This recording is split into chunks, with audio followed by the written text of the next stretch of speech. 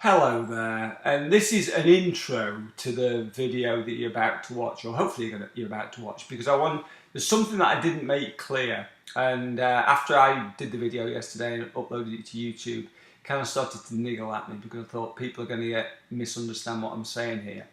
When I'm talking about the limitations that we put on ourselves, or the dream crushers, or whatever you want to call it, I'm talking about the ones up here.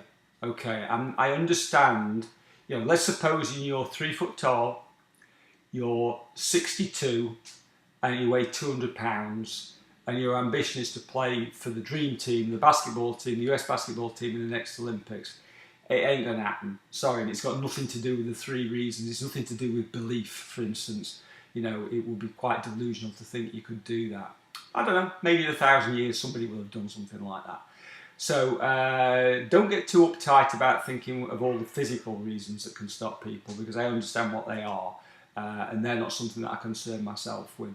And that's the only reason. That's the only way that I'll let clients be realistic about goals, if there is a physical limitation.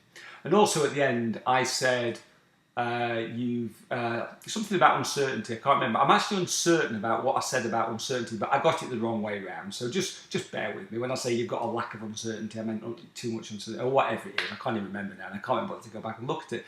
So settle yourself down with your favourite drink, maybe some popcorn. It's not going to be that long, and you soon will know the 3 killers of dreams. Thanks for watching. See you later. I bet you know somebody that's got a really big dream or goal. Maybe they've had it a year or 5 years, 10 years, maybe even 20.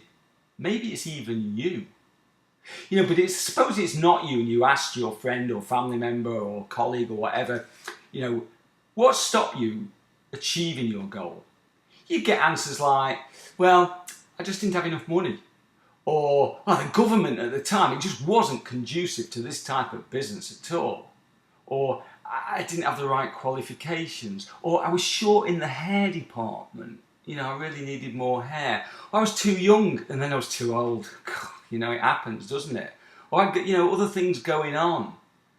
And by and large, it's bollocks. They're not the real reasons why they didn't achieve the goals. Because really there's only 3 reasons that stops people from achieving their goals.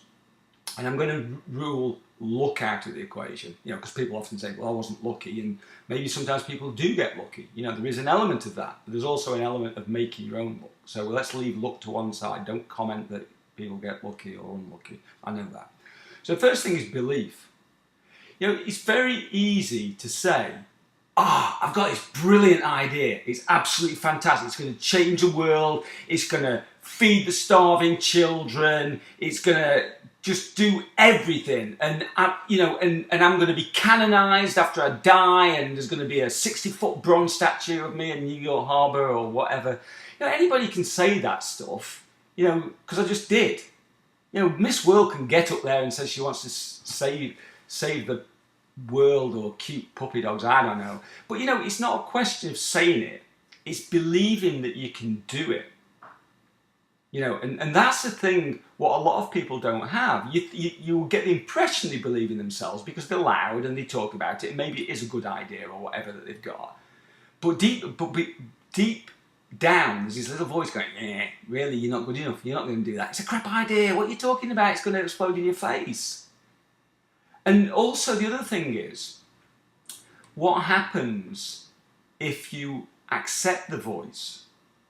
If you accept the voice, and accept that you don't believe in yourself, you remove the potential. And we hate to lose potential.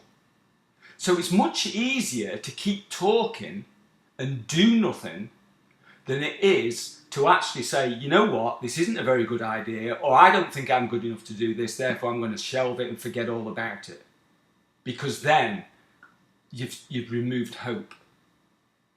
Now, I'm not saying that's what you should do, quite the opposite.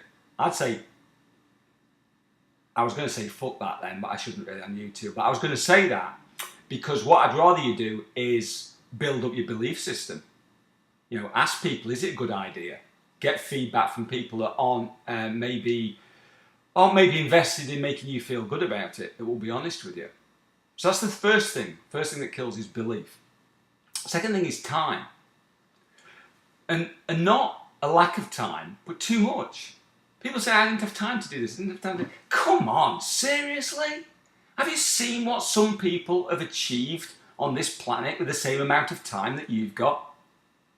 You know, it's just beggars belief that people can claim not to have enough time. Now, I'm going to give a few people have passed. If you're a single mother working 2 jobs with 6 kids to keep, then you get a pass. Okay.